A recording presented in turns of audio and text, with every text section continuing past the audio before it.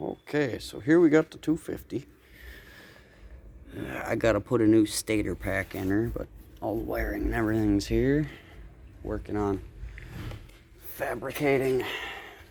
Oh, I'm gonna have to drill a hole for this, and don't mind my welds, but I'm basically working on a brake disc holder that's gonna kind of hold it up like that on the shaft. Probably gonna put the hole down there. We don't know. We don't know yet because we might want it like this. But again, don't mind my weld work. Never claimed to be a good welder. I had to rework the manifold to get it to fit. Yeah, that's JB Weld. This is an old motor. She's a little tired, but she'll do what I need her to. Still no brakes up front.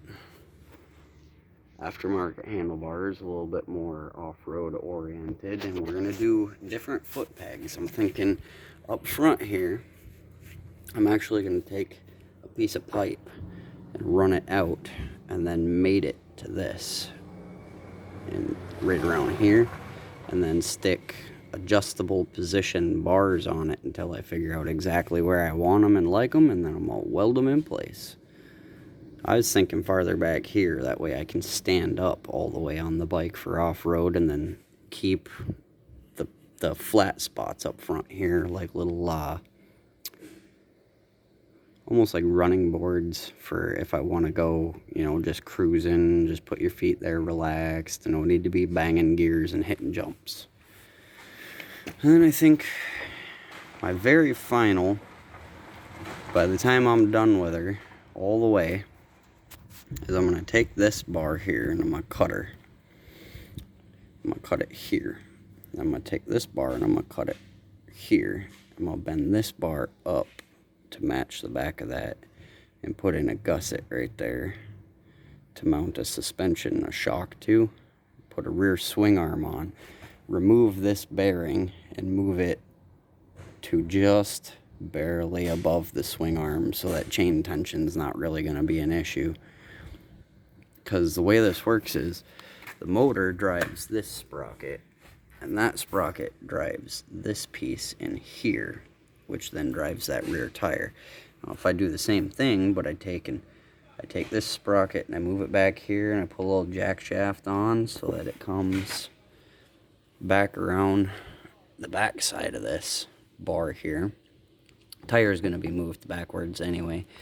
But I'll have a jack shaft that comes to a carrier bearing right about where the actual swing arm moves up and down.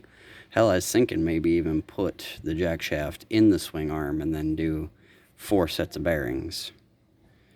1 set of bearing for the frame, so 1 on either side, and then 1 set of bearings for the swing arm, and then let the shaft rotate in the middle. And what would normally be my swing arm's rotating shaft will actually be my jack shaft as well. And then my swing arm rotates with the jack shaft. The jack shaft spins the chain with the swing arm. No need for a chain tensioner. You set your tension by pulling the tire backwards like this one. And that's it. That's all you need. And it'll keep it nice and straight. And then the motor will feed back into the chain tensioner. Though I'll probably have to put a small chain skid where this plate is.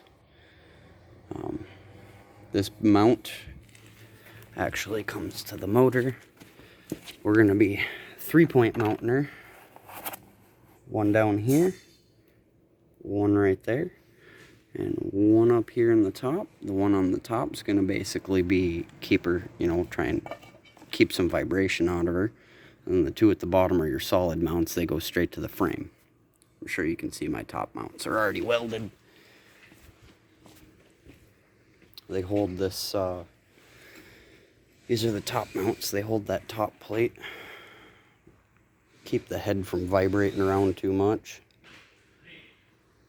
I did notice when I bent this, because the way I bent it, I put dents in the bar here. But the worst spot's right here.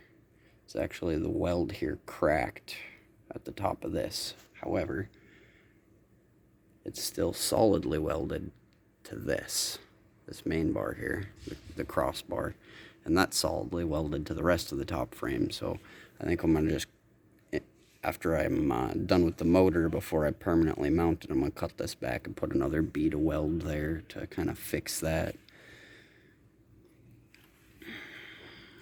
And once all that's done, we're going to take these apart, put some stronger springs in the front end. That way the front end's got a bit more up and down go, because this motor's heavier, and I'm only 145 pounds, but this motor's, makes up for it. So it's pushing this bike frame right up to its top weight rating. Either way, I think she's in good condition. I think she'll run real good once I got her done. And I can't wait to put this on YouTube and see if anybody else has any ideas on how to make this a nice little bike. If you do, comment in the comment section. Talk to you later.